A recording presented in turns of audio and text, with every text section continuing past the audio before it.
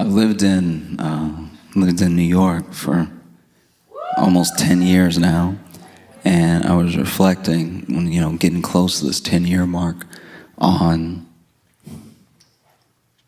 the fights that I've seen in public. Because it's a lot. It's been a lot. I mean, I've seen plenty of fights in my life because I have not always been able to afford neighborhoods that don't hit.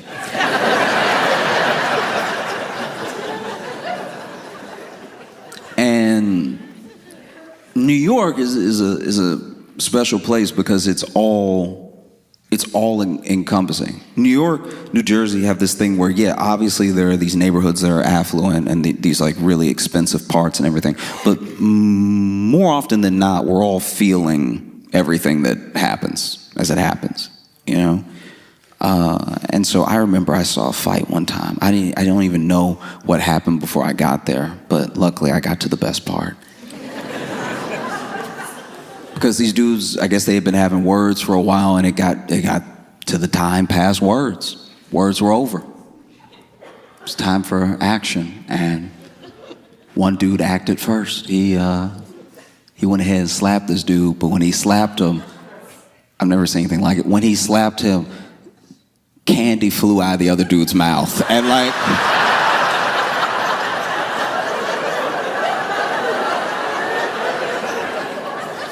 I think if candy gets slapped out of your mouth, you lost. Like that. It's not a good look. There's no cool move you could do to win it back. We're all gonna remember just Mike and Ike's flying out of your head. We're all gonna remember a bunch of M&Ms going.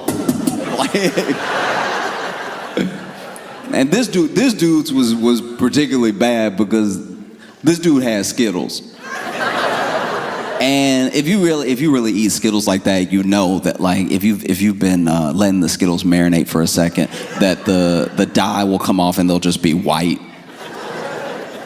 They're like white underneath the color and everything. So when initially when this dude got slapped and the Skittles flew out of his mouth, there was a woman, I don't know if this woman knew either one of them, but because all the Skittles were white, she was like, his teeth!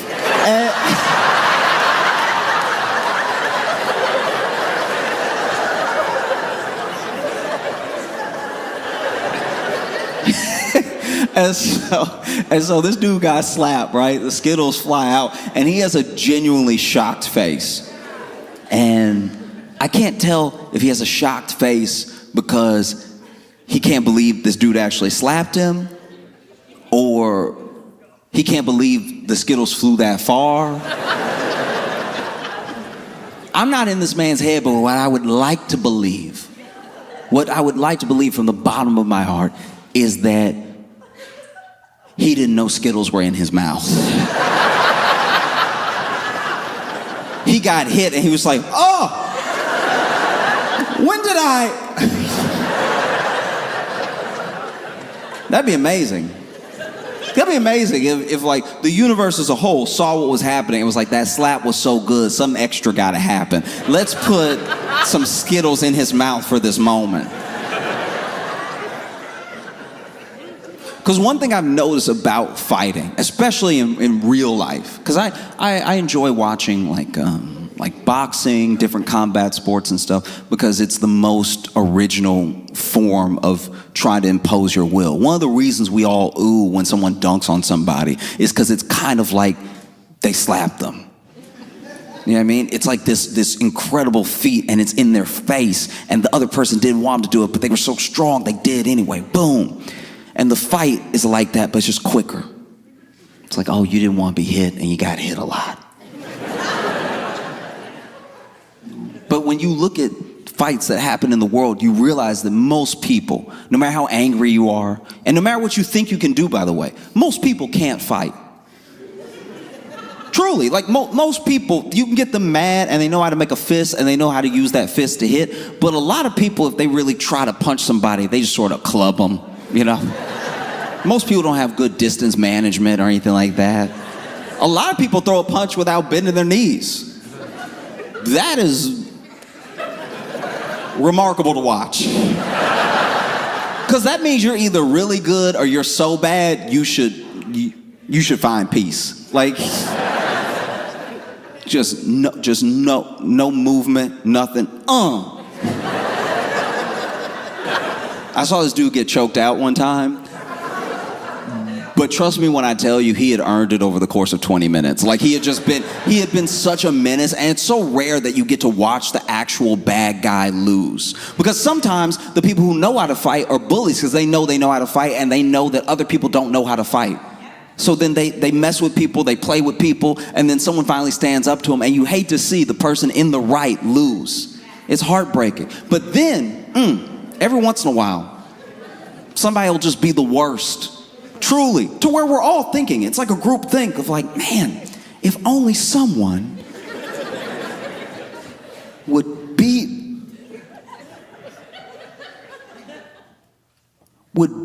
the Skittles out of them. Like,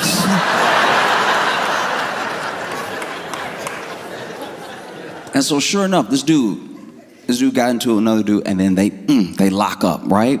And he got behind this dude because at first it was just a lot of like grabbing because neither one of them, it looked like they didn't know what they wanted to do, and they were punching, but it was mostly they were too close and stuff. And then finally, the dude that everyone had prayed for to show up, he gets behind this jerk, and this dude chokes him out, right?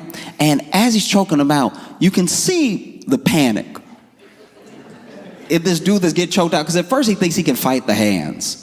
And then he realizes he can't, you know? And so you just see him sort of like,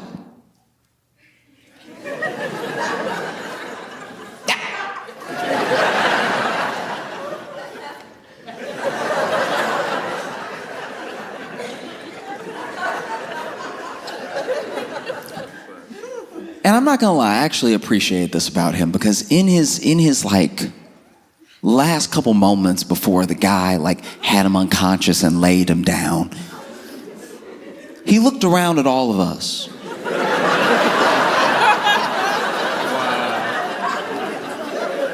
He looked around at all of us, and he saw a bunch of people that not only weren't gonna help, there were two people independently that kind of looked like they were about to start a slow clap.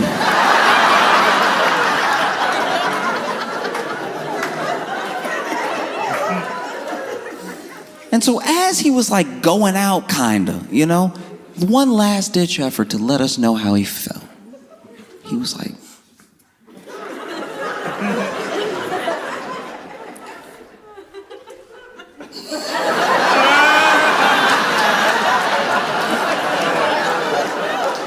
and I was like, that's somebody that really means it. That's someone who's being himself through and through, you know. I don't know if people here are aware, or if you saw what happened this week with DeepSeek and the sort of like wild AI week that we've been having, the US and China. But basically, just so you know, OpenAI is the company where ChatGPT comes from and everything. A lot of people use ChatGPT now to do what people are supposed to do. It's just true. It's like, you know, there's all these things of like people trying to use AI to find AI, so that way when you check a kid's homework and it's like really good, you're like, okay, you're actually smart. You didn't just get the AI to do all your work, right?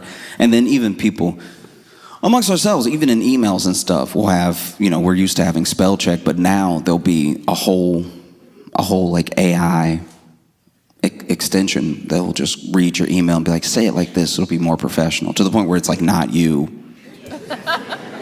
typing the email. And out of nowhere, DeepSeek drops another version of it, and it's so much better than the AI that we've been using. And it's open source, which means anybody can use it. And it is terrifying to Silicon Valley, because overnight, the model that they've created, where they'll charge us a small fee to use the AI that they've been building, and they'll charge us a much bigger fee to use a version of AI that's more, I guess it's too easy to say more intelligent, but like more generative, right? So they had this personal assistant AI that they wanted to charge people like $2,000 a month for and everything. And then this DeepSeek thing drops, and it is so good that it sort of washes a lot of those plans, right? And the stock market lost $1 trillion of value. And it got some of it back, don't get me wrong. Plenty of people bought the dip. But for $1 trillion to be lost and most people not notice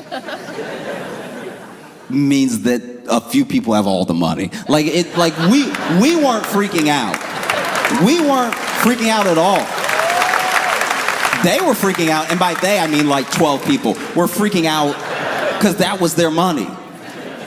That's so bad when you can lose $1 trillion and most people are like, oh, that didn't affect me at all. That's $1 trillion. That's crazy. And they lost it because DeepSeek is it's not just good.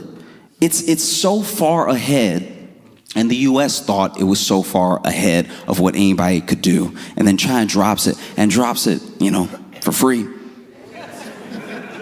And apparently it's like 30 times cheaper to use, and the numbers are here and there, but some people say it's 10 times better than OpenAI, 10 times better than ChatGPT and stuff like that. And it is genuinely harrowing, because as an American, trying to drop it for free does low key feel like an attack. I'm just saying, it's hard to feel bad for OpenAI. It just is, because not even because they charge. It's a business. They charge a little bit. They charge a lot when they feel like it's worth a lot and everything. It's more just how AI learned, because AI learned from us. So why are you charging us? AI learned from the internet as it stands. Copyright materials, people have already sued. They've sued to be like, I'm an artist. It takes me months to come up with this beautiful painting, and now it's been stolen, ripped off the internet to be used to feed into this AI so the AI can copy my work without me ever being given royalties, acknowledged, any of that stuff, right? And that's how they built it. It's literally built off the backs of people. And so when it dropped, people were super excited. They were like, this is crazy. It could write a whole movie script in like 2 minutes. And it wasn't good, but it was fast. And at the time, fast was impressive. And so people were more than impressed. They were like, we got to get in on this. Studio execs were like, part of what the strike was about was the fact that they would love to fire all the writers, use this thing, And so it's hard to feel bad for them. When DeepSeek drops and you have all of these people saying, you've ripped this off the internet, you've stolen from me. And when DeepSeek dropped, it was just so much like OpenAI got the Skittles slapped out of it. Like it just, the way that they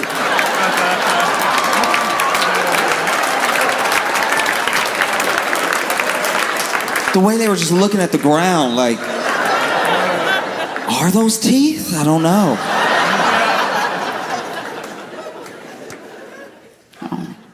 And I don't know, some people go back and forth about how terrified they are of AI, what AI is going to do and everything. I'm not necessarily scared of AI.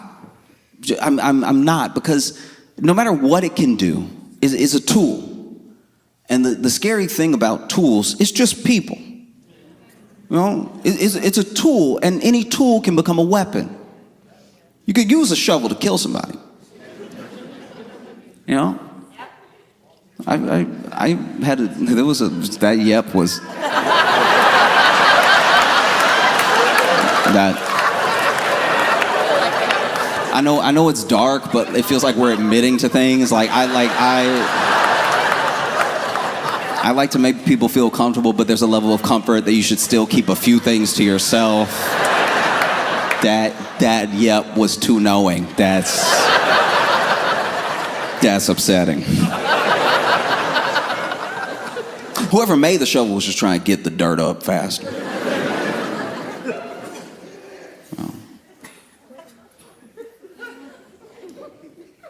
The first person killed with a shovel was probably just like, I'm going as fast as I can. You know.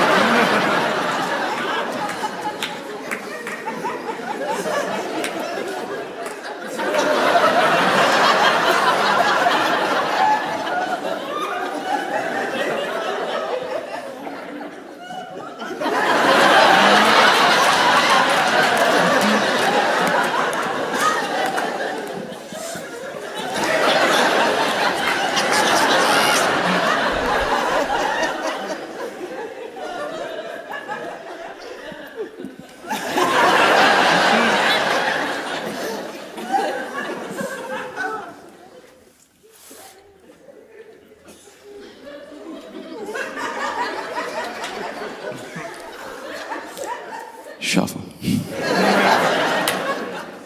And so you have this situation where AI is this incredible tool, but it immediately became weaponized against the working class, against regular people, because it could have been used as this tool that helped all of us do our jobs better, make our lives a little bit easier. But instead of any of that, it quickly became something that employers said, oh, we could just get rid of people. We just get rid of people. We could save all this money. AI won't need health care. AI won't complain about hours or anything like that. AI won't ask for specific shifts, you know? And so it immediately became a weapon. And that's why you see people genuinely not care. They don't care that DeepSeek dropped and now OpenAI doesn't know what to do. You know? Why are we supposed to care? We're just bystanders watching this jerk get choked out. We had like almost hoped it would happen. We were like, is anybody gonna stop him from stealing everybody's stuff? And then he's looking around like, ah. And then DeepSeek comes out of nowhere, it just cinches up the choke, and now you see OpenAI.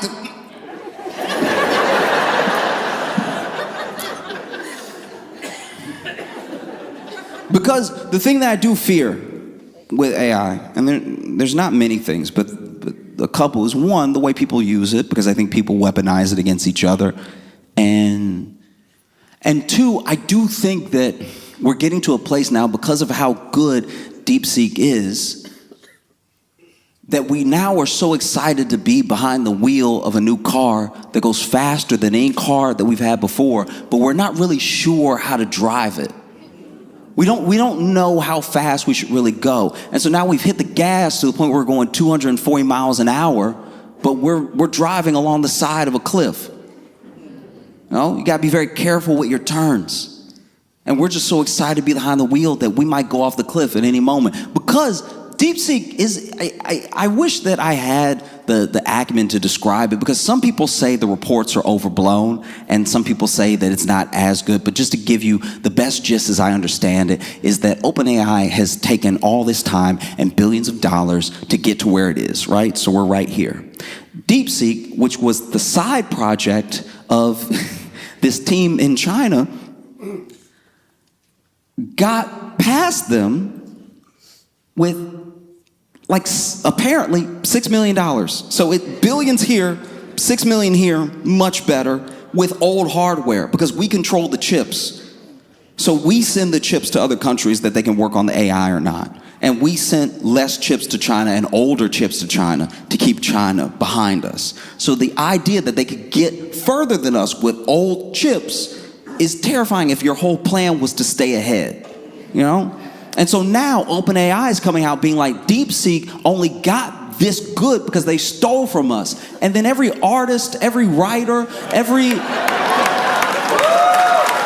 creative was like, oh, they stole from you? Oh no, what does that feel like? Theft, what does that feel like when someone steals your work that you worked on for years, really? You know? So some people see DeepSeek as this Robin Hood. It's open source. So now there are people building off of what China's done. And so that might actually be the way that the US falls behind, not just because this thing is better, because another better thing's gonna come, it's gonna come. I'm not trying to be, that's wild. I know everyone can't hear everybody, but someone said so much better, like DeepSeek was dating them now. Like, it's just, that's wild. It's just, I will say this though, you know, we have to understand what we're making as we make it. And my fear with AI is that we get so excited to be ahead. We get so excited to be in this like arms race of intelligence that we're not really thinking about where it's gonna take us. We haven't planned for it, you know? One of the reasons that Oppenheimer made his life's work after the bomb arms talks was because he knew, okay, if we stop right here and we show people what it can do, that should actually be a deterrent. But it wasn't. And as soon as he saw that it wasn't, he tried to make it one, because he was like, guys, if you keep building a bigger and better bomb, Russia will build a bigger and better bomb. China will build a bigger and better bomb. Everyone that can build one will build one just so that they can get ahead. We're in a race towards the end. For what reason? You know, and that's how I feel about AI sometimes. It's like you want the most intelligent, you want the fastest, you want the smartest, whatever. Someone asked DeepSeek a question. I don't know what the prompt was, by the way. And I hope that this is fake, because it is stressful. I hope that DeepSeek was just doing what OpenAI did, that it just stole it from a poet or a writer somewhere in history that I'm not aware of. But someone asked DeepSeek something. I don't know what it was. Something. And then DeepSeek said, I am what happens when you try to carve God out of the wood of your own hunger. And I have not slept since. I don't even know what that means. But I know it sounds like it's in the Bible. Old Testament. I am what happens when you try to carve God out of the wood of your own hunger. Even if it is a quote, it picked that quote. That's a problem. I'm not gonna lie, if I'm sitting there and my computer says something like that to me, if I'm sitting in front of it and I ask, what is the weather outside? And it said, I am what happens when you try to carve God out of the wood of your own hunger. I'm going, you know what, dog? Water.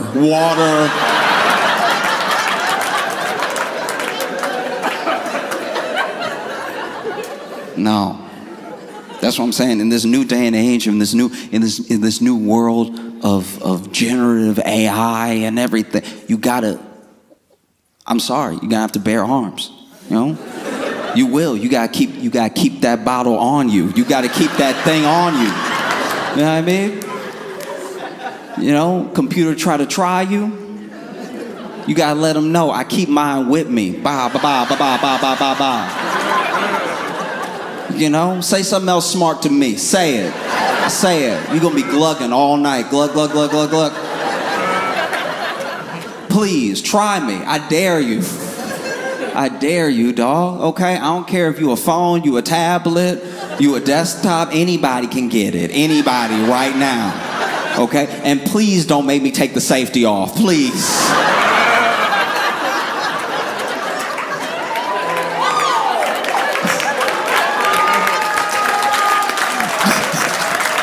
There's not enough rice in the world to save you, okay? No. Nah, it's terrifying. I am what happens when you try to carve God out of the wood of your own hunger.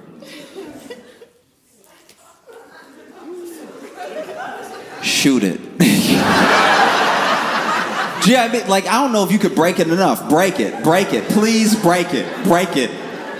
What are we even doing anymore? What's the plan now?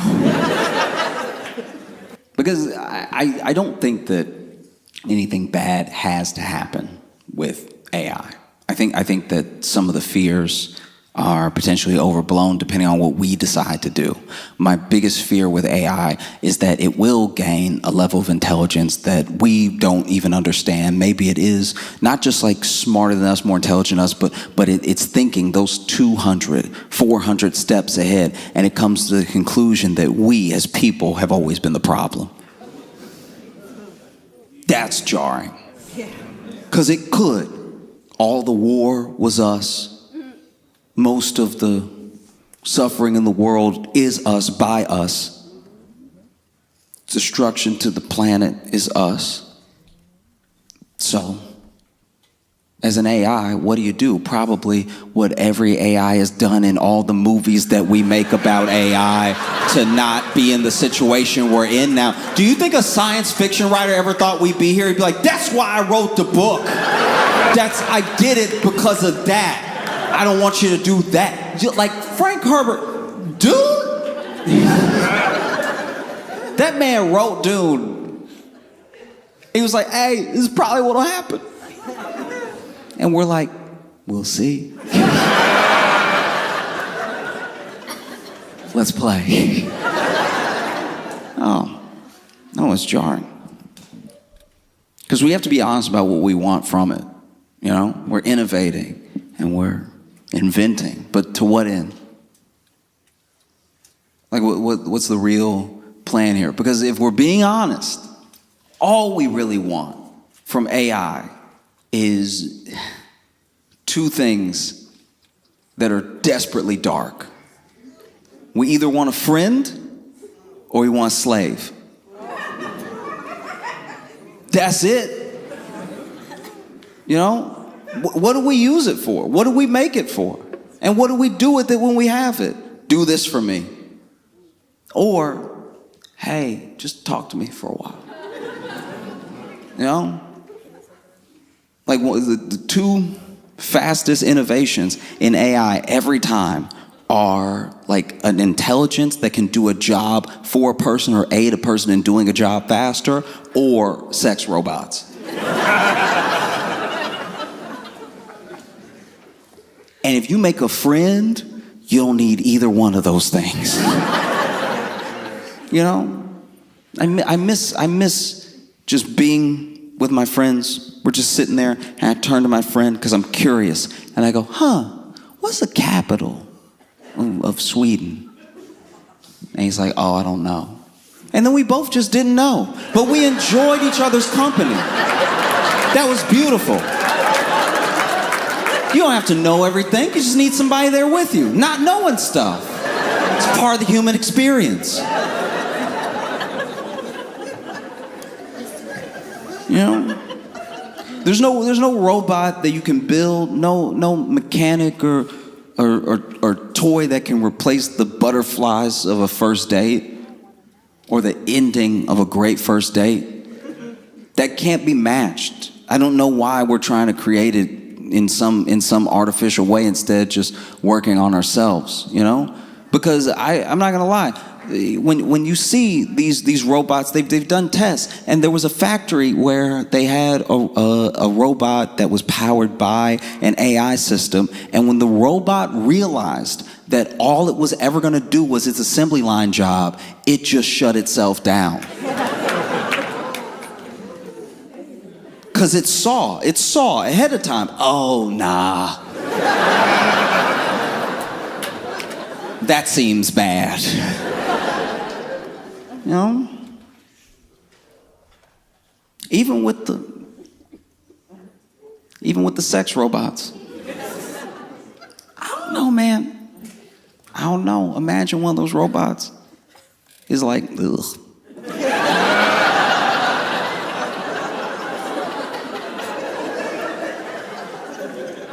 That's a way worse feeling than a human being like, ugh. Do you know what I mean? Like with a human that sees you in your birthday suit and goes, ugh. That's a preference thing. That's like, yeah, I mean, like people have different makeups and different like preferences and different likes, dislikes. If a machine looks at you naked and says, ugh, your psyche will not recover.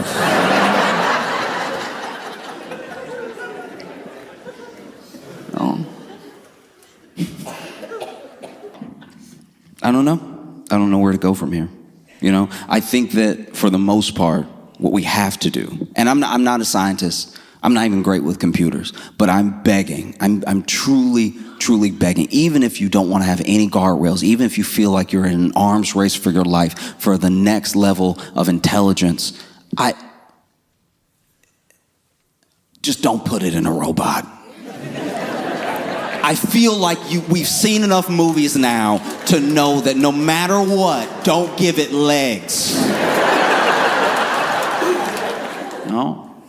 And that's what I'm scared of. I'm scared of that, you know, AI will be more than generative. You know, one of the reasons people are scared of DeepSeek is because this is probably a marketing ploy, by the way, but they published papers towards a reasoning model. And a reasoning model would be like true what we think AI is from the movies. AI right now is just all of our stuff stolen and given back to us in different little mixtures off of prompts that we tell it. Like AI right now is like a calculator.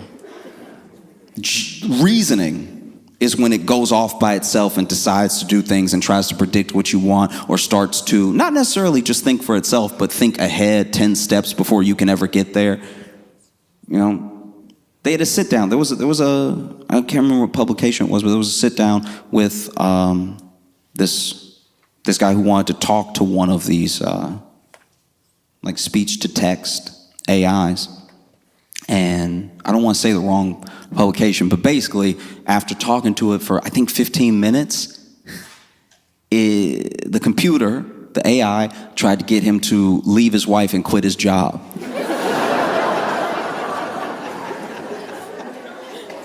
And then when he asked the scientists why it would do something like that, they said, I don't know. Then unplug it. Then unplug it. You don't know? You don't know. Okay, you don't know. We're all dead, but you don't know. All right. No, that's fair. That's fair. It's hard to know. I don't know. That's what feels so crazy about this, is that the end conclusion that something as intelligent as an AI might come to about us is that we are the problem, and we always have been. And that is terrifying, you know? I don't know if that's what it thinks. I hope it isn't.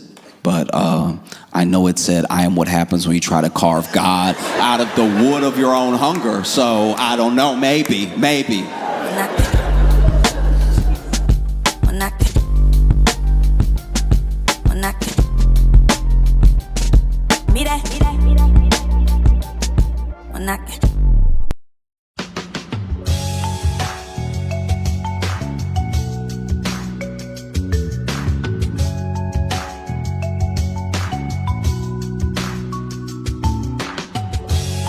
Welcome to the Josh Johnson Show. Josh Johnson, joined by my co-host, fellow stand-up comedian Logan Nielsen. Logan, how you doing, buddy? I'm doing well, man. How are you? Yeah, I'm good. Doing all right. That's fine. I'm doing well, man. How are you? Yes. Yeah. You know? I am here and I am alive. Yeah.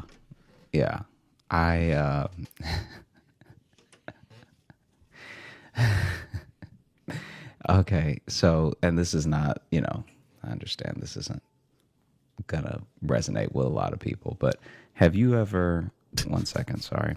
Have you ever been through like a major storm? Oh, yeah. Okay, what were some of the major storms that you went through in life so far? Do you remember them by name? No, because the ones we get in the Midwest don't get names because they just happen a lot. You just get tornadoes and you get blizzards.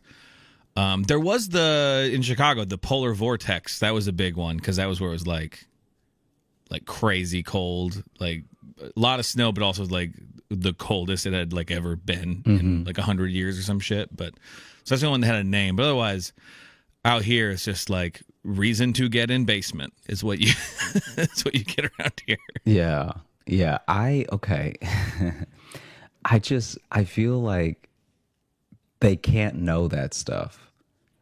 They can't What do you know mean? it's like the worst storm in 100 years and it hasn't been this cold. It's like whenever they say that, I'm like, what are you going by? Like, I understand. Records. They have records. Yeah, but I'm telling you, man, I don't really trust our Doppler Numbers? radar Okay.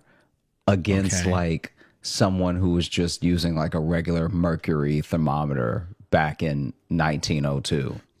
Well, they don't always go with that. But I mean, thermometers haven't really changed in how they work. So if it reads -7, it's -7. Like that's not No, just no. because it's digital doesn't mean it's different. I understand, but you can't tell me that the first thermometer that somebody made, they thought to go Right. negative. Well, Do you see what I'm saying? That's all I'm saying. I'm saying that like when I looked Yes, at but also thermometers keep in when I was a mind- kid, it started at Yeah. 0. I never saw it Okay. go backwards.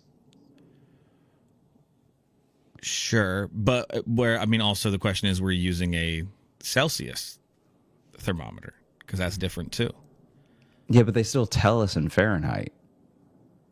Right, I know, but I'm saying it would make sense if your thermometer ended at 0 if it was Celsius, because that'd be freezing in Celsius. You know, Yeah. listen, I understand the point you're trying to make. You're an idiot, but No. You do this all the time. Whenever I'm like on to something, you're like, Yo, you are not onto something. Your thing is dumb, but No, I no, somehow no. don't have a rebuttal. because my rebuttal would be the boring nature of just getting into how the like weather records are kept. I used to work in TV news, so I worked with like meteorologists and stuff too. I understand, Part of why they yeah. always say it's our worst storm in 100 years, because that's where our records go back to. It's not because they're like, oh, definitely this is the one. It's just that's like they've been keeping those meteorological records since that time. Yes, predictions have gotten different, but they can, after the fact, they know how to, like, measuring how a storm affected after the fact hasn't changed much. Like there's other stuff, but like they know like, oh, precipitation, that way of measuring has existed for a long time.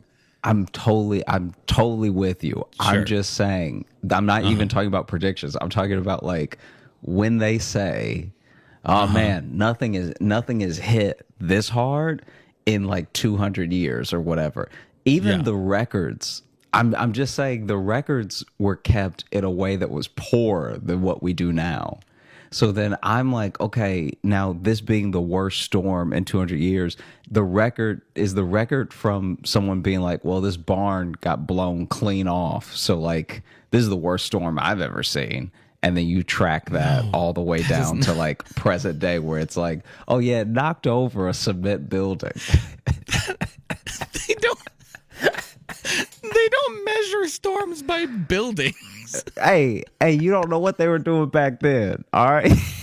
Yes, we do have the records of how they measure. Nah, the records. Okay. You see, and then this is what you do when I have valid points. You just go nah and repeat what I say. I don't go but in nah, a dumb I go guy nah, voice. nah. You go nah. Ooh, building. Like that's how you respond. And you always act like that's a valid rebuttal. 100%. Okay. Yeah. Yeah. You're a confident fool. That's what you are. No, you are the fool. All right. You're the fucking fool. You are a fool. Okay. You are a goddamn fool. Remember that. All right. Before you go to sleep tonight, remember, I'm a fool. Before your eyes close. I think every time I Foolishly, sign on to these I am a calls, because I'm like, fool. this is what I've done. This is what I've chosen to do with my life. You are a fool. You're a fucking fool. You fool. Remember that. So anyway, the whole reason I bring it up is because there was this storm. Let me see. I think it was Kansas. There was a storm that hit Kansas really bad. This is And this like recently? no. This is years ago. Okay, But I was gonna say if it like just happened, cut in this part because this just seems rude. No. Just hear me out. So basically, the Okay. storm hit Kansas, right? Yeah. And, but you know how when you're little and your mom will take you with her to the hairdresser or something like that? Yeah. Okay. So this is a thing that I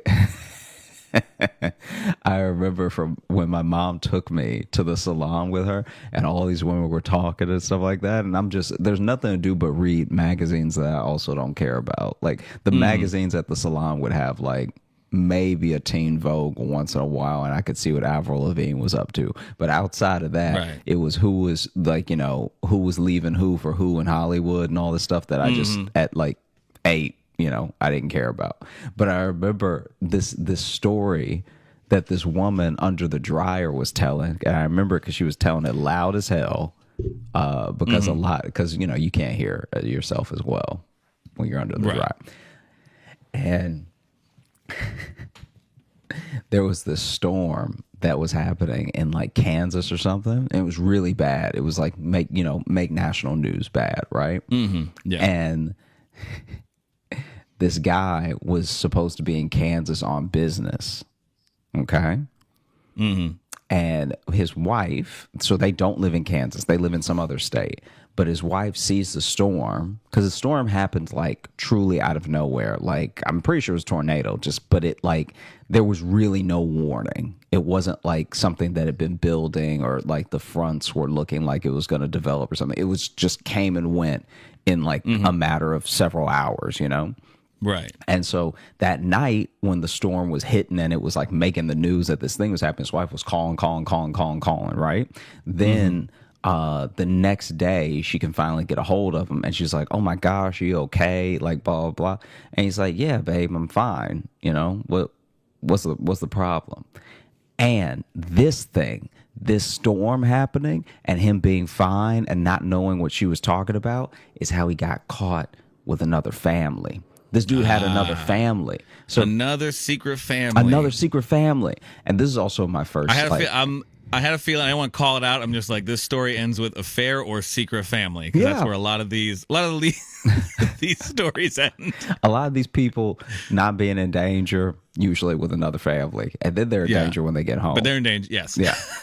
But basically, I remember her yelling this story, right? And I don't know why it caught my attention, but I was just kind of like, that's like something, I didn't know what cheating was back then. I didn't know what any of the like things were. something. Yeah, but I was just like the way that she had captivated the salon. I was Right, like, yeah. all right, this story clearly means something, Yeah. There's something good in this. Yeah. Yeah. No, I feel that. And then, as I got older, I was like, oh, okay. Secret family. Oh, secret families. That's good stories. I'm gonna make a podcast out of that. Yeah. You really can't have them like you used to. Really can't. We've talked about that. No, I We've talked know. about Yeah, that. I'm surprised when anyone. I just saw it. I didn't read the whole story, but it was a news headline that it was a guy. They had found a dead body like in a store or something like that. I can't remember what the detail was. And then they identified the body, and it was the body of a guy who had faked his own death to disappear from his family like 10 years earlier. I saw that when I was just like, man, it's hard to fake your own death and disappear too these days. Like that's yeah. It not only that. Do you remember that Runaway Bride from like 2005? Oh, vaguely, yeah. And we were all, that was the most missing a white woman has ever been. Like that was that was truly wild because I remember it must have been her family that paid for that billboard, but they did something initially that was big. I remember because they used to always cut to the billboard when they would do the story. Yeah. And it was truly wild. And then when they were like, oh, she's been like she essentially gone girled herself, but it was because she got cold feet for her wedding, I think, or at least that's what like the prevailing narrative became. Right. Yeah. Yeah. I vaguely remember that story, but I do. Yeah. Yeah. Oof. Yeah, it's not easy. It's not easy to fake your own death, have that secret family anymore. The good old days are over. It's also like You used to be able to just say, "Oops, I'm dead." Just leave, a pile of rubble somewhere, and then go to the town over and go, "I'm Brian here." I gotta You used to be able to do it that way. I gotta look up the. When did Runaway Bride come out? The movie would have came out late 90s or like 2001 or 2 or something like that. Because people start calling her the Runaway Bride, because Right. like once they found out the whole thing. But it's Yeah. like you can't not want to marry this dude that bad. It was one of those things where, okay, but you could at least let your family know you're all right. Yeah. Or like somehow Like just call your mama is all I'm saying. I'm not. or the life you're running away from is already a second life. You know what I mean? Like it's like they were getting That's so married, funny, and then yeah. the invitation from that got to one of the people who they're in witness protection from, and it's just now it's just a mess. Now it's just a string of runaways. I did think of another while you're looking that up. I thought of another storm. I think I just gotten back to Iowa. Or no, yeah, I was here. I lived here with Jess when it happened. But there was a storm. It was called like the derecho or derecho a couple years ago in Iowa. That is like, it's not a tornado, and it's not technically, it's not any other type of storm. It's literally just really, really hard winds happen at an instant and just level shit. Like, you want to talk about barns get knocked over. Like that, like fucked up Iowa. It was like a national emergency too.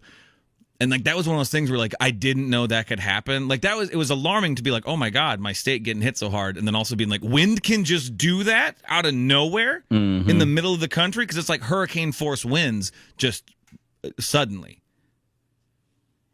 And I'm like, I don't care for that shit at all. No, thank you. No, thank you, Mother Nature. Yeah, no, it's bad. Thanks for that dropping. No, I'm just saying. It's like the way that you were describing, I was like, yeah, I don't know what I would do. I'm not like when I saw the movie Twister, I was like, oh, that's not gonna be me. But at least you can like see those coming in the sky. You can see twisters beginning. Like the derechos or derecho, I forget how they pronounced it. Like that. Because one of my favorite things about being in a landlocked part of the country, in the middle here, is we don't have hurricanes. And then I was like, shit, we can get hurricanes? I didn't know that. I didn't know we could just get that now. It is like, yeah. What do you call it? Is it the boom cyclone when it's like a tornado of snow? I'm not sure what that's called. Snow clone? I'm sorry that I asked. Yeah. Okay, I found it. So Runaway Bride came out in 1999. 99, okay. Then I said late 90s. I did say late 90s. this Runaway Bride was in 2005. So still when... You nailed that, though. You said 05. Yeah, this is This one stuck with wild. you. Yeah, it really did, because it's like, this is dumb. This part is dumb. I can admit this is dumb. But when I was a kid, I'd hear and see so many things like this that I thought there were way more people. I thought there was an epidemic of people faking deaths in this country. Like you would see a couple of these a year, like a couple of these Runaway Bride things a year in different formats, like whether it was like a dude pretending he died for the insurance money and trying to collect it or whatever. And so you'd see it so much that in my head I was like, man, nobody really out here dying. Like, For a second, I thought you just meant like anybody that went missing, you assumed were faking their death or faking their disappearance. no, I'm just... Like you see a milk carton with a kid on it, you're just like, man, he had some responsibilities. Yeah, he didn't do his homework. Like, he was like, I'm not doing this physics stuff. I'm out. No, I'm just going to start fresh somewhere else. I'm just going to move to another town and say I'm just a short guy. Oh, she didn't fake being missing. She faked being kidnapped. Ooh, that's even better. Let me see. Okay, one second. Yeah. Let's dig into this. Let's dig into this. This late breaking news story from 2005. Yeah. Okay. Well, it says so. Her name's We're talking Twisters and Runaway Brides, and it's not a 90s movie roundup. That's it. it's her name's Jennifer Wilbanks, and her husband Greg Hudson split in April after 11 years together. And Damn. this is from 2000. Oh, this is from last year. It was supposed to be a lavish wedding with 28 members of the bridal party. And Wait, what do you mean it was from last year? What do you mean by this that? article's from last year? Oh, this is just like a recapping of the story. Yeah. This recap is from last year. Okay. So right now Gotcha. I'm reading from people.com. Oh, reputable news source. Yeah. Just shout out to People. Okay. Casting the widest net in news. Yeah. Oh, we cover People. She was only out for like 3 days. That's insane. Let me see. Okay. All right. What do you mean out for 3 days? So I think this whole thing happened within a week. This wasn't like a weeks long search for Didn't her. overstay its welcome. Yeah. Yeah. Okay, let's see. Okay, I'm gonna go. It was supposed to be a lavish wedding with 28 members of the bridal party and more than 600 guests. But just Did you say 28 members of the bridal party? yeah, Hey, this is a message to everyone out there. Don't fucking do that. Have like 4. Jesus Christ. but look, That shit's every stupid. bridal party. I'll tell you right now. Look. I'll tell you to the camera. Don't listen to Logan. All right, have enough members in your bridal party to jump them in a gang. Okay, you want to be part of the bridal party, you gotta get jumped in. Okay. 28 members. That's a family. Just have a family. I don't know. But just It probably means more than just groomsmen and bridesmaids. It's probably just like whoever else. They're like, well, we got to give, cousin Sophia needs something to do. Otherwise, she's going to cause a fucking thing all day. So yeah, she's gonna pout. someone tried to put me because they felt bad not making me a groomsman. They wanted to put me in as honored guest. And I said, do not do that because that makes no goddamn sense. That is honor. If you do one, I've never heard of that before. And if you do that, I better be an 100-year-old man who lived through 3 wars. Yeah, if you're I got to be someone they're surprised is there. if you out here making me an honored guest, we will be enemies after that. Yes. I can't just be some guy. Just days before the April 2005 nuptials, the bride vanished without a trace, sparking a nationwide manhunt. Notice how it wasn't search, it was manhunt. Yeah, her distraught family made the rounds on morning news shows and cable networks, pleading for her return and saying that she wasn't the type of person to run off. But they were wrong. People knows how to like tell a story, because what people will do is that they'll leave you on a cliffhanger in the paragraph, put an ad. So right in the middle of she wasn't the type of person to run off, there is an ad for a Grinch hoodie for the holidays, and then as you scroll past the ad, but they were wrong. Well, you'd hope they know how to structure it. They've had 17 years to cook up this article. Yeah. Jennifer Wilbanks, then 32, was found 3 days later in Albuquerque, New Mexico. She claimed she had been kidnapped by a Latino man and a Caucasian woman while she was out for a run. She later recanted that harrowing story, admitting she'd actually fled Georgia on a bus because of personal issues. The wedding was called off, and she and fiance John Mason soon broke up. The case garnered international headlines, and Wilbanks was dubbed as the runaway bride.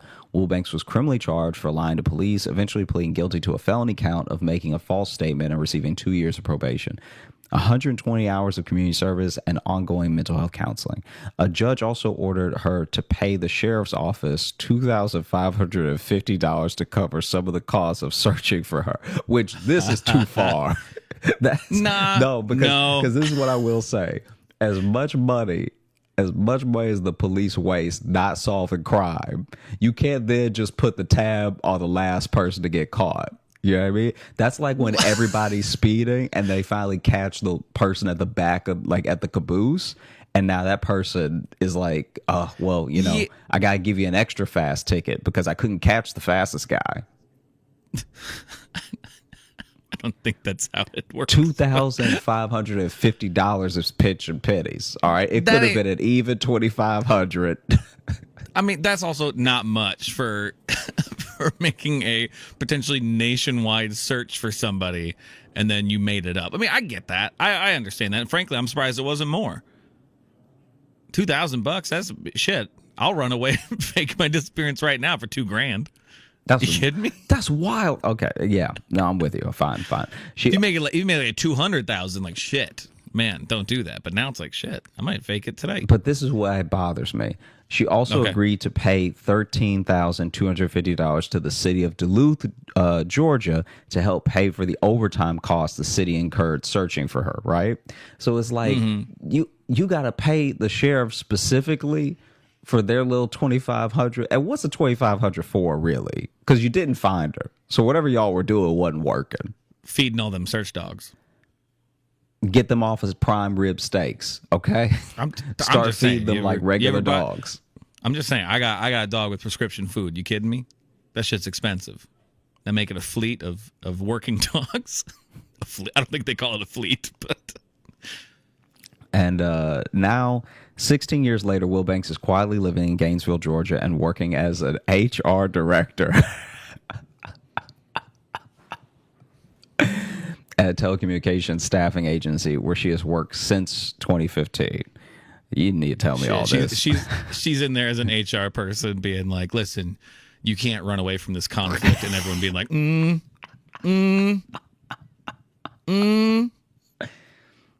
Can't I?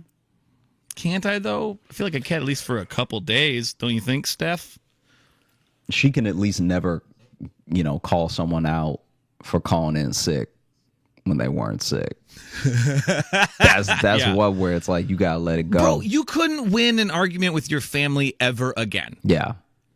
Because if she's ever just like, well, remember when you did this? Then it'll be like, you remember when you made us thought you were kidnapped for 3 days? Yeah. Do you remember that? And Not to mention the wedding we fucking paid for. not just 3 That days. didn't happen. 3 very important days. You didn't just get kidnapped on a Monday. All right. You pretended to ruined a get weekend. kidnapped while we were all gathered there to celebrate you. All gathered there with rented clothes. Yeah. And then we had to go searching for you. Nobody owned the pants they searched for you in. Yeah. No one had a search tuxedo. No one's got one of those ready to go. And if you do, you're a murderer. Okay. If you do, you got bodies. Yeah. Okay. Will Banks fell in love again in 2010, this time with Greg Hudson, who owned a landscaping company. The couple got married, but people has learned that they quietly divorced in April. According to they still got married? No, this is a different guy. Oh, different guy. Yeah. Okay. Different guy. And And when did they? Not to go through all of her shit again. When they get married? I'm sorry. they I got missed married it. in 2010. So it's like you got Okay. 10 years in there. That's not Right. bad.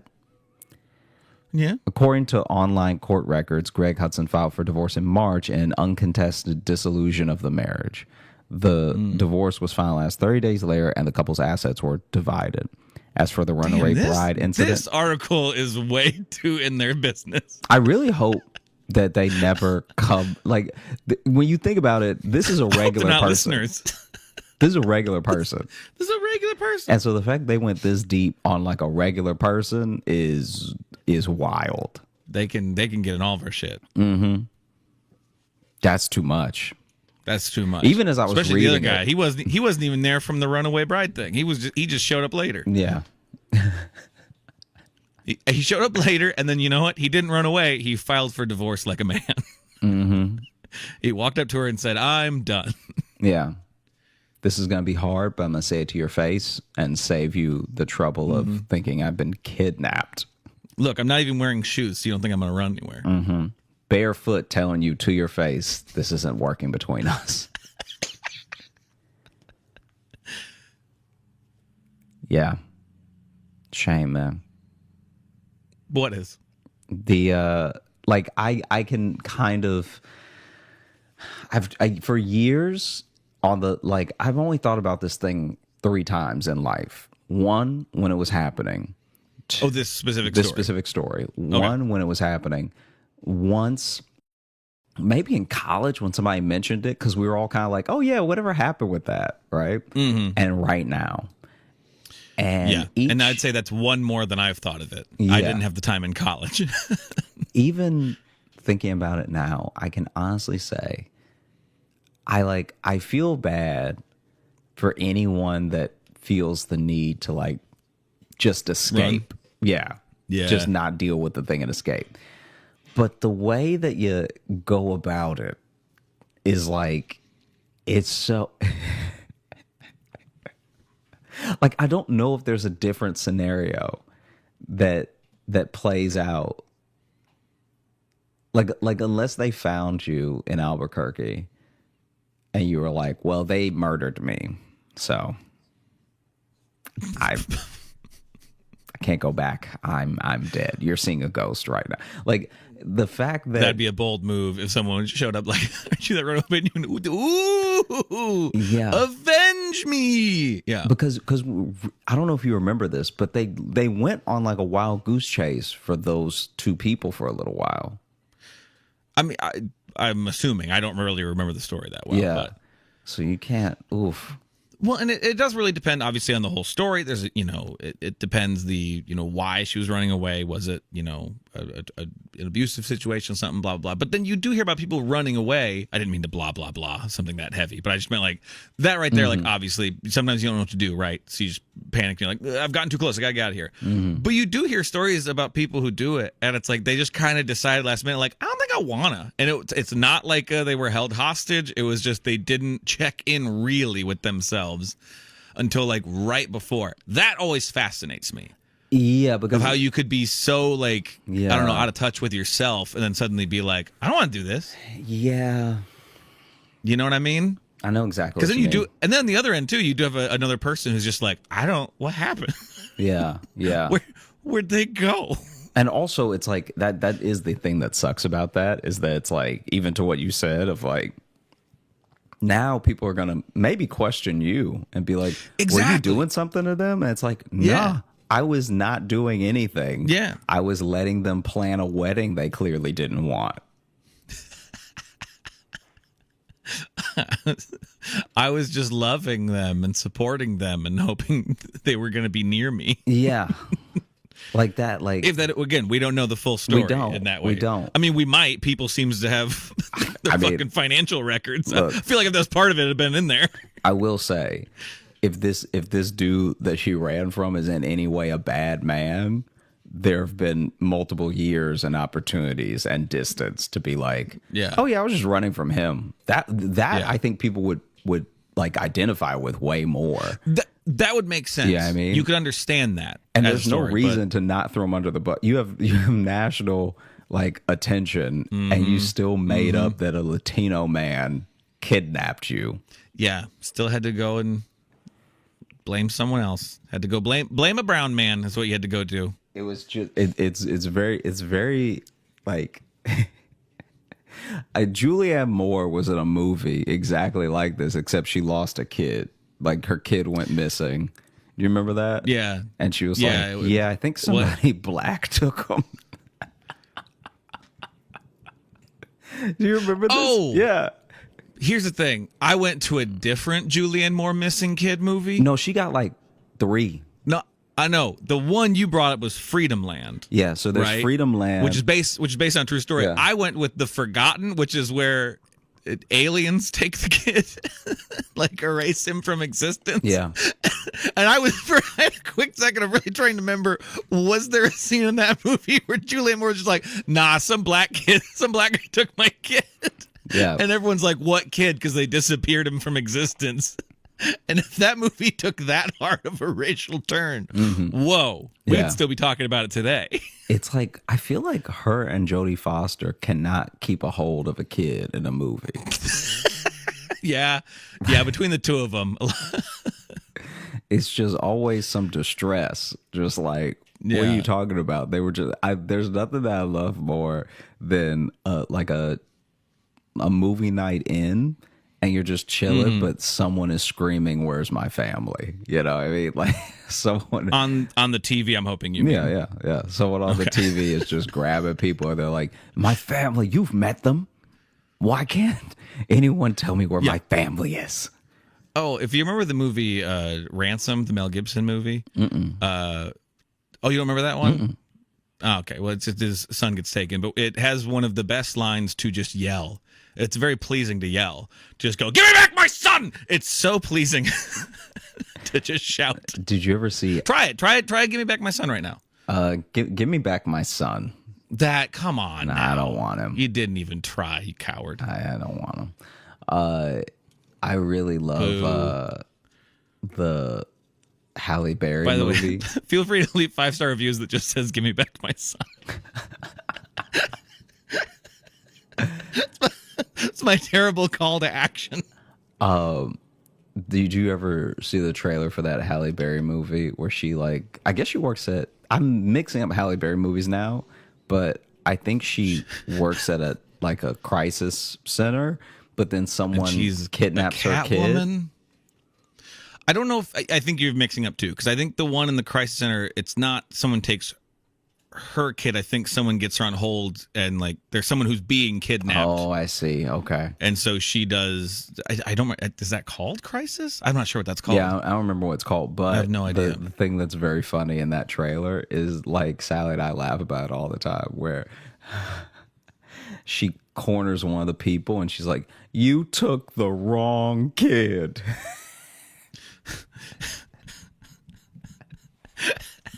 As if there would have been a kid, she'd have been fine with them taking. It's there's a kid that's nobody really likes Tyson anyway, so. Yeah, you had taken Tyson. I wouldn't have really cared. You I'd have followed up, but I wouldn't have cared. Wrong kid. Oh man. Mm-hmm. Wow, we went on some turns there. Yeah. I don't even know. I don't even know where all that came from. I mean, I wanted to tell you about the salon thing for a little while, but you mentioned magazines and stuff at the salons. Do you remember highlights? Did you ever have highlights? I didn't get the fun ones. No, I just didn't get the boner for highlights that everyone else had. I was just all right, it's there. It did not do it for me at all. I think it's to me it was the closest thing to a kid's magazine or workbook. You know what? When you're waiting for your mom to get her hair done or whatever, then it's all right, I can do a picture search thing. This is what happened. This. But then some kid would always have them fucking circled in pen or crayon, and he ruined the fucking highlights. Sorry. That's what would happen. So I would go to the doctor. I'd only ever see highlights at the doctor. I never saw them anywhere else, no salons or barbershops or anything like that. So I'd only see highlights at the doctor's office. And they were we had a lot of sick kids where I'm from. And so they were well worn by the time it got to me. That's probably why I didn't like them. That is a loaded statement. Well, look, we had just a lot of sick kids. All the puzzles were done. It was nothing. It was we had a lot of. Where'd you fucking live? Chernobyl? We had a lot of sick kids. I remember one time. This was in retrospect, this was very dumb of them because I was really little, and I remember. This was so bad. I still feel bad about this when I think about it. I was still a very small child, but I specifically remember this time I went to the doctor's office and there was a kid that was noticeably younger than me crying. And the kid was crying because the kid was going to need a shot. And whether it had never had a shot before or it had only had one shot and was really painful and memorable, the kid was already crying about having to get a shot, right? Okay. And so then the parent looked at me and was like, tell her getting a shot's not that bad. And I was like, yeah. It's I was trying to repeat the thing of yeah, it's not that bad. It's okay, right? And she slightly stopped crying a little bit, and then looked at me. And the mom was just like trying to get me to vamp about how shots weren't that bad. But I don't know, because I'm also like a kid, so I don't know what else to say. Like the first thing I said was just repeating what you said, you know? And so then she's like, oh, come on. And so I was like, yeah, it's quick and it's over, you know, really fast. And she's like, really? And I was like, yeah, I have to get them sometimes, like for medicine, or like I just start talking, right? But now she stopped crying. So now the mom is just like nodding and smiling and everything. And then I can't remember what I said, but out of nowhere I was just like, yeah, and I mean, the last shot I got, the needle was only this big. And like, I have no. For the listener, Josh held up a very wide space between his fingers. Yeah, I just held up my fingers further than my head is apart. Which if you're a little kid would like go through your arm. Yeah. And so then I was just like, yeah, it's only like this big, and her eyes got wide and she freaked out and started screaming and crying more than she was before. And the mom, like, she wasn't rude or anything, but she looked at me like, you were doing so well until that last thing, which is Didn't also stick like the landing there. which is like, I just let it weigh on me, because even my mom then jumped in, was like I think she put her hand over my mouth or something. Like,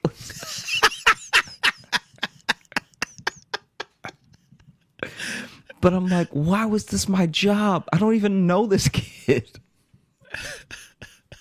Yeah, why is the bedside manner on me? I don't work here. I was low key furious about it, because I was just like, what am I supposed to do? Yeah. Yeah, it's weird to put that on you. Oh, it was horrible. I still think about it sometimes. Anytime I see like a little kid cry in public, I'm like, oh, I did that once. Like I made that happen to someone. I one time they were trying to get, I don't remember if it was like a checkup or if I was sick with something. They were doing blood work. I don't remember exactly why I was there. Oh, I think I had like strep throat or something. I think I was pretty sick. And so they had to take a blood sample, but I was so dehydrated they couldn't get enough blood out of me. They couldn't, so they had to stick me like 8 times. They had to do like several times in both arms, and then they had to go. They had to go to the veins in my hand. He took his headphones out.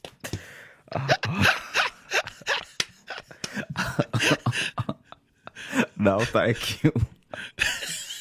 I'm done. Ooh.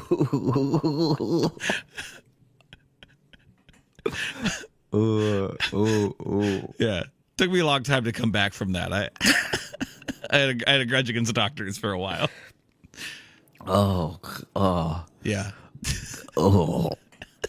I'm sorry. That's real messed up. You gotta stay hydrated, kids. That's the lesson there. One time, when I was at the doctor, I was still like relatively young, but I wasn't little anymore. I was maybe like early teens. And it's just funny because when you're a young teenager, you're getting to see older teenagers which feel like grown-ups to you, and then younger kids which feel like itty-bitty children to you, right? So like you actually, I don't know how to describe this exactly, but when you were like 13 and 14, you have this feeling in life that you actually don't have again until your 20s, where when you're in your 20s, people in their 30s seem like real adults to you, and then anyone younger than you seems like a little kid to you.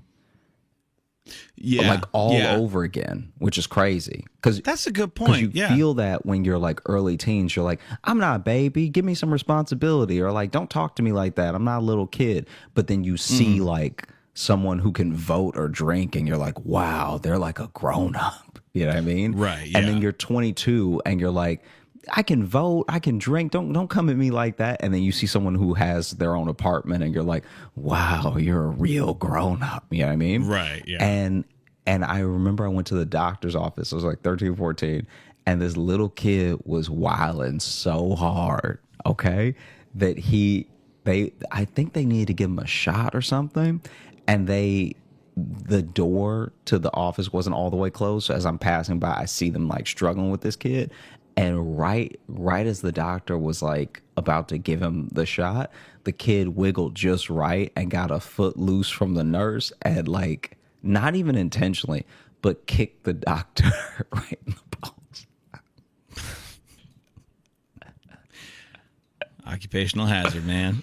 And so he stumbled back, and I'm pretty sure he gave himself the shot because the way he had to grab his balls after he got hit, he still had the syringe in his hand.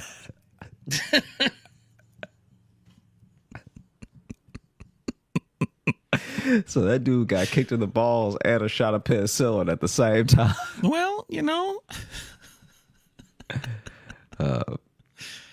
God damn. Yeah. I hate it so much going to the doctor. I would like I think I even told my mom one time, I was like, just let me be sick. Like Just let me be sick. like we really don't need to be wasting the money. Like I'm not that sick, you know? Right. Just come on. Just let me sniffle it out. Like don't do this. Cause you're gonna ruin my whole day. Yeah. Because it always became it always took up your entire day. Because you got there, you had to wait, even though you had an appointment, and then you had to go pick up the prescription, which was never like on time. Right. Because the doctor would tell you like, oh yeah, this usually takes 30 minutes to fill, so you can probably leave right from here. We're gonna put it in now, and you can just go there, and it should be ready. And that never happened because they don't work at the pharmacy, so they don't always know what they're talking about. So then you get to the pharmacy, and they just have the attitude of like, why would it be ready? Like, who are you? Yeah. You someone important in this town? Yeah. Why would I have this ready for you? No, it doesn't make any sense. Why would this be ready? Yeah. And then, And I hated going to the doctor too. I softened on the doctor as I got older because I had to start going to the orthodontist because I had braces. Mm-hmm. And those were always long appointments, always annoying. And then like even you going for the routine ones, you're getting like the rubber bands replaced, like you're getting your braces like tightened and stuff, which was just an infuriating experience. And anyone who had braces knows like it's an uncomfortable experience. Even at its smoothest, there's still just a guy in your mouth for a while, like basically punching you in the teeth with a little rubber band pliers thing. So that became, for some reason, then the doctor, I got less worried about going to the doctor because I'm like, well, at least I'm just not in the chair, just having the ka-chunk, ka-chunk in my face all day. I always wanted braces and I never got them, so I never really. You wanted them? Yeah. I was very worried that my teeth were starting to be crooked when I was early teens. And Oh, really? luckily they didn't. Like, luckily it never happened. But I remember I went to the dentist one time and they were like, oh, yeah, your back. It was like something in the back of my mouth where they were like, it's starting to curve a little. So we'll want to watch out for that. And I was just like, do I need braces or something? My dentist. This is wild. I don't know if this makes him like an honest man or if he was just this nonchalant because he didn't care. But I asked him if I needed braces, and he was like, "Couldn't hurt." I mean, and I get what he meant, but I was just like, Right. I asked you a yes or no question based off something you just told me. yeah. Yeah, we eventually had to just tell the orthodontist to take them off because I had them on for too long. And so have I not told you this before? I swear we've talked about this before. Maybe we talked. I don't remember you telling me this. Okay, because you're supposed to have like braces on average for like 3 years at most. You want like 2 to 3 years is like ideal, unless your like teeth are really fucked up. And mine were pretty fucked up. I had pretty fucked up teeth because I had to have.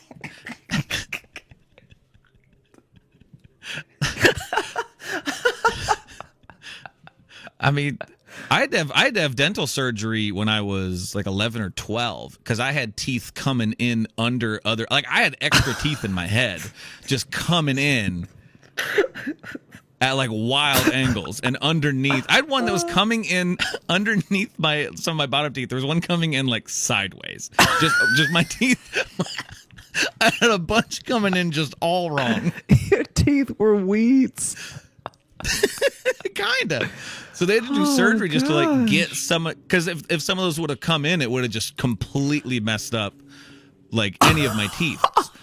So we basically had to have surgery for them to go in and like take out the extra teeth. Like I just had too many teeth in my head. This is insane. We've definitely never talked about this. You never said these words to me, or else I would have remembered it. This is insane. But so I had to have surgery. I had dental surgery when I was coming into my head. Coming in my head and coming in wrong. It wasn't just that there was too many. They were all doing teeth wrong. Oh, but so I had to have surgery to get teeth removed. That was my first time like dealing with anesthetic and stuff like that. Like that was a wild. trip. I wonder if teeth talk. Like I wonder if teeth are just like, excuse me, this is the direction you're taking. Yeah, this? I wonder if teeth are like, hey, you gotta get in this mouth because this mouth be eating all the good stuff. This is the place to be. And so then more teeth try to join the party, and then it becomes that house party where you're like, how do I know you? You don't need to leave.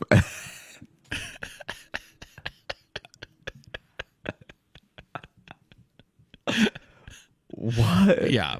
Okay. They also, I can't believe they told me this because again, I'm like 11. Mm-hmm. And I know they got to tell the risks, but like tell my parents, don't tell me. I'm a kid. What am I going to do except for freak out? But they straight up told me that one of the teeth they were taking out was next to an artery. And they're like, yeah, if we hit that, that'll be really bad. And I'm like, why would you, even as a kid, I was like, why tell me that? I can't do anything. There's no papers for me to sign. I'm 11. Like, what are you doing? But it was fine. But then I had to get braces and to sort out the remaining teeth. Yeah, they just to fence them up, to put them in line. No more parties. Yeah. Fun's over. Okay. and like braces really helped. Made my teeth way better because like I had like some like my back teeth like weren't touching right. Like my mouth was messed up as a little kid. I don't like really remember it when I think of the reason why I had the surgery. I'm like, man, my teeth must have been screwed. I just think about your teeth clapping. I think I had teeth coming in behind like other teeth on that's like what one I of my mean. rows. It's Like, yeah. Your teeth were trying to take a family photo. And Trying to find their window. they were oh. It was like I had two sets of adult teeth coming in. Like I just, because these were all my adult teeth coming in. These weren't baby teeth still. Okay. This is the darkest scenario. You may need to cut this. Okay. Do you know Yeah. if maybe you're a twin? Because maybe you ever hear about those people? You ever hear about those people that absorb their twin? That's why I have extra teeth. I think that might be your twin trying to bite your mouth. Is that I absorbed a twin? It's possible. There are twins on both sides of my family. Yeah, I think that maybe you're a twin, and that's the There's supposed to twin be was 4 just Nielsen boys, but trying to bite. You know what I mean? Like was trying to hey, I'm here too. Listen, I've always been a performer. I don't like to share the spotlight. So. Yeah. So you went ahead and sucked up all the nutrients. Give me them teeth. No, but then I had braces for like 4 years, and it got to the point to where they were then because like I still don't have the gaps in my top and bottom rows of teeth. The gaps don't line up perfectly, and that was like the last thing the orthodontist was working on. But how he wanted me to do that, and I think I've talked about this before on the show, but he wanted me to have a rubber band that ran diagonal across my mouth, so it went from this tooth up here to over here, and was just so I just couldn't like really talk, and you couldn't eat. I mean, you'd have to take it out and whatever, but they just wanted me to be having a rubber band just across my mouth at all times. which just felt weird because then it's just pulling your jaw over. Now, And then eventually we literally just went to the orthodontist and my mom was like, okay, listen, where we started and where we're at now, way better. Because before, this kid's mouth was fucked. So let's just call it a game. Let's quit while we're ahead and let's take this sucker off. Because braces are expensive too. And we had them on for like an extra year than we needed. and I understand that braces are expensive, so I'm not asking this question in like a sarcastic way. But you get the braces, you can't you can't rent them or anything, right? So like once you have them on, they're yours, right? Like, does it cost more to have them on longer than a shorter amount of time? The upkeep to go and have them, because you have to get them tightened all the time. You have to replace the rubber bands. I mean, now I think braces, even just in the time since I've had them, have gotten way more simpler. But because they glue them onto your teeth and stuff too. So the way they take them off is they just break them. I heard that. I heard about they just that. go. That was an uncomfortable experience. They just go in and they just basically twist them all and just pop them off your teeth, which seems like, I don't know, seems like a real goal line stand by the teeth at that. You know what I mean? How's the glue like, hey, fare? How's the glue fare when they pop them off? Just snaps. Just cracks off like the way they do it. I think they did something to like weaken it, but then they just have to like pop them all off because I had all the old metal brackets. Like now I think kids have them slightly different. Mm-hmm. My dad, when he was a kid, that was when they used to have to individually put a metal thing around every tooth. I remember when I was in high school, I think I only ever met 2 kids who had headgear because headgear was going out of style. Like we finally advanced past headgear. Yeah, they had kind of learned how to do it in mouth. But it's so funny to think that they used to be like, there's no way to fix your teeth without the back of your head having something to do with it. Like if we want to fix this tooth, we're gonna have to start from the hairline down. All right. Because the way that we used to do things is not as good as we do them now, which is why I asked that question about keeping records. Okay, I feel like the records can't possibly have been as good back then as they are now. I will admit they have probably gotten better. But there's some things that we just wrote down. I don't know. Mm-hmm. You want to open the mailbag? Let's open the mailbag. Let's get out of here. Let's read a couple of reviews on Apple Podcasts. The title of this one is by John Deere Spoker Model D, and the title is "The Battle of Situational is on the Line." I have never, all caps, I have never had a continuous smirk on my face in a long time. To be able to determine who could have captured my heart, I need to see Joshy perform in person. I pride myself as an aficionado of comedy contact sport. I propose...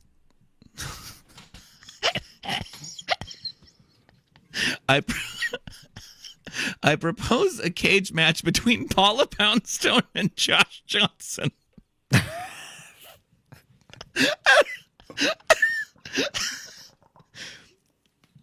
Porsche gliders or cats must be prohibited in order to guarantee a fair fight. What's a Porsche glider? I don't know. Is that one of those like hang gliders you like sit in? I think maybe.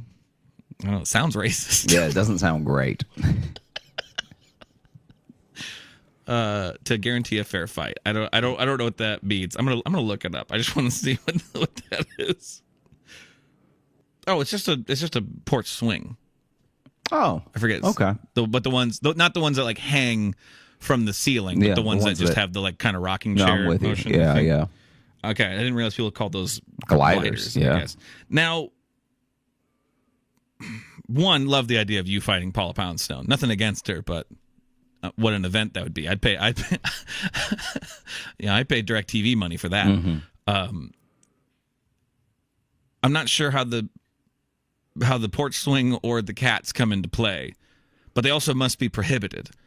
So for some reason, these two things aren't allowed. I mean, this person clearly thinks I would break a porch glider over Paula Poundstone's head. Hitting her and her cats. Interesting. Thank you for that comment, John Deere Spoker Model D. And then this one here, this is from, they've listed their name as I Choose Privacy, which is great because then in the review, they immediately say their name. That's fantastic. I Choose Privacy. And the title of this 5-star review is Episode Idea. Hey, y'all, my name is Emma, and I love the show. Anyway, you should do an episode on Karens. Karens, okay. Okay. We'll put that in the bag. We may have to look up some. I feel like there's plenty of fodder there. Oh, yeah. I think there's plenty of stories we can find on that situation. Yeah. So I choose privacy. Hey, my name's Emma. I love that turn of events. Mm-hmm. Thank you all so much for listening to the Josh Johnson Show. We had a great time recording. I hope you had a great time listening. If you are looking to catch up with us on any of the socials, you can find me at Josh Johnson Comedy on YouTube, TikTok, and Instagram, where we're going to be posting clips of the show. And if you are looking for Logan, you can follow me on Instagram at Logan M. Nielsen. If you want to get into our mailbag, there's 2 ways to do it. You can send us an email, joshjohnsonshow@gmail.com, or you can do like those people there and leave us a 5-star review on Apple Podcasts. And then coming up this Saturday, there are 2 things happening. One, there is our last virtual live show of the year. So ticket link will be down below. I believe that's 6 p.m. Eastern time over Zoom. They've been really fun to do all year. So come join us for the I was about to say kickoff, but send off of 2022. And then also, speaking of the send off of 2022, this Saturday I will close the submissions for the best of 2022 episodes. I'm going to close that this Saturday evening, 11:59 p.m. I guess probably Central Time, because that's when it is for me. But so if you still want to get in your choices of your favorite episodes and your favorite moments of the year, you have until the Saturday after this episode comes out to submit them. We've already got some suggestions and some episodes I'd forgotten about being submitted as favorites, which I'm excited about. It's going to be fun to go through those clips. So we'll be making those episodes, probably after Saturday. Yeah, sounds good. Well, thank you all so much. I hope you have a great rest of the day and an incredible weekend. Take care. Hey, thanks so much for watching. Please like and subscribe. It really supports the channel. Hit the bell notification because apparently it's the only way YouTube will tell you that something happened. And just tell a friend. That's the biggest thing you could do. Just tell one person in your life that you like, maybe you don't like, that this video happened to you. We release the podcast every Thursday on all the podcast apps, so you should find us there and subscribe on those and comment and leave reviews and whatever on all of them. And also, if you want bonus stuff, you can join our Patreon, patreon.com/Josh Johnson Show. We have bonus podcasts and videos and stuff there, and we'd love to see you